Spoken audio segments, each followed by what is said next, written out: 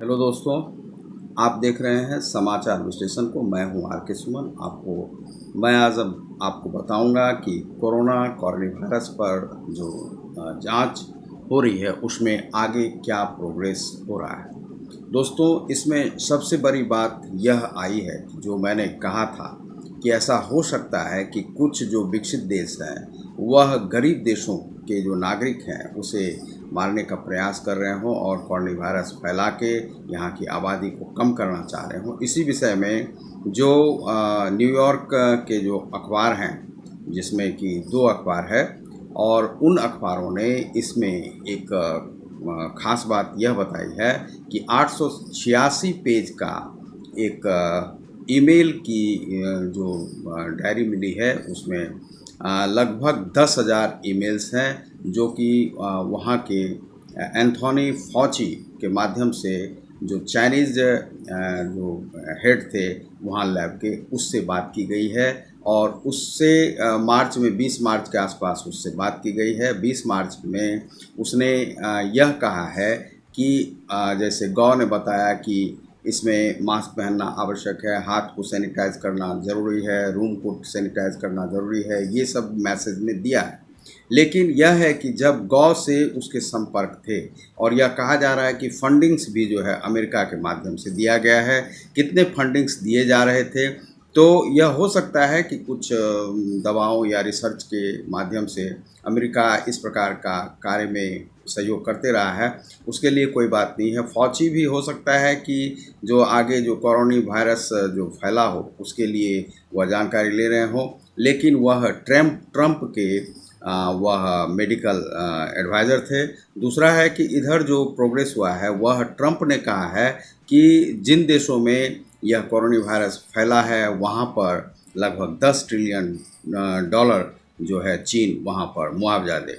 लेकिन यहाँ पर मुआवजा से बात नहीं बनने वाली है, इसलिए यह ट्रंप जो हैं चीन को बचाने का प्रयास कर रहे हैं। और यहाँ पर फौची जो हैं, फौची यह कह रहे हैं कि जो 3 लोग मारे गए जो साइंटिस्ट थे वहाँ लैब के, और 9 लोग जो मारे गए हैं उनके बारे में चीन को एक यह रिपोर्ट जो है किस प्रकार से मारा गया हुआ। लेकिन यह रिपोर्ट तो कभी भी बनाया जा सकता है, कभी भी परिवर्तित किया जा सकता है। WHO वहाँ पर कुछ नहीं कर पाई, और WHO भी बचाने में लगे हुए हैं, फौची भी बचाने में लगे हुए हैं, अमेरिकन गवर्नमेंट भी बचाने में लगे हुए हैं चीन को। तो यहाँ पर तो कुछ हो ही नहीं सकता। तब तो यही माना जाएगा कि जो विकसित देश हैं वह गरीब देशों को मारने के लिए ऐसा किया। लेकिन 137 देश उस पर चाहते हैं कि चीन पर कार्रवाई हो। और दक्षिण सागर को लेकर के फिलीपींस जो है सो बड़ा ही रुख जो है उसका गर्म है, वह नरम होने वाला नहीं है। और इस पर जो ताइवान है, फिलीपींस है, हांगकांग है, और वहाँ पर चीन के जो नागरिक हैं जो चाहते हैं कि प्रजातंत्र वहाँ पर आए, उन लोगों को ज़रूर ही सामने आना चाहिए। और इस प्रकार से यदि होते रहेगा तो वहाँ पर बहुत ही बम्बार्डमेंट करके जो जिनपिंग के जो सपोर्टर नहीं हैं उन लोगों को खात्मा किया जा रहा है। इस प्रकार से बहुत सारे लोगों को मारा जाएगा। तो वहाँ पर जो नागरिक हैं, चीनी नागरिक, उन लोगों को प्रजातंत्र के लिए आगे बढ़ के आना चाहिए। वहाँ पर जिस प्रकार से हांगकांग ने एक आंदोलन खड़ा किया, और हांगकांग के बाद जो है वहाँ के जो आंतरिक देश में रहने, चीन देश में रहने वाले जो लोग हैं, उन लोगों को चाहिए कि यहाँ पर एक प्रजातंत्र के लिए आंदोलन खड़ा करें। तभी वहाँ पर जो है विकास एक अलग प्रकार से हो सकेगा।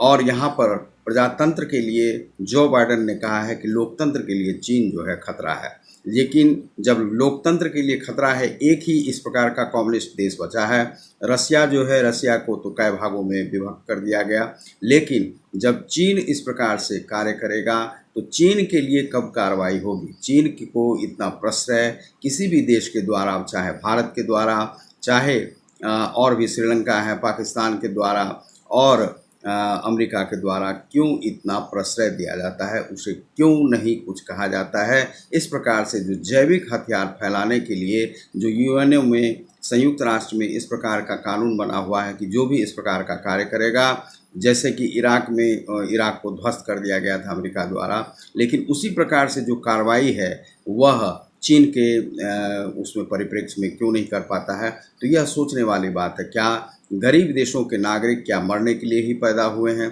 क्या गरीब देश के मान लीजिए कि 10 करोड़ लोग मारे जाएंगे जो कि निर्दोष हैं, प्राकृतिक रूप से उन्हें जीने का अधिकार है, ईश्वर ने उन्हें जीने का अधिकार दिया है, उसे 8 अरब आबादी होने के कारण से यदि मार दिया जाए, इस प्रकार से बिल गेट्स के भीतर, फॉची के भीतर और इन लोगों में जो बात हुई है, तो किस प्रकार की बात हुई है? आज चूँकि यह पर्यावरण दिवस है, तो हम इसमें यह मनाते हैं कि विश्व का जो पर्यावरण है वह अच्छा रहे, लेकिन इस प्रकार के कोई भी कार्य ये साइंटिस्ट वगैरह नहीं करें या जैविक हथियार फैलाकर लोगों को मारने का प्रयास नहीं करें। तो आप देख रहे हैं समाचार विश्लेषण में, मैं हूं आर के सुमन। बहुत बहुत धन्यवाद, नमस्कार।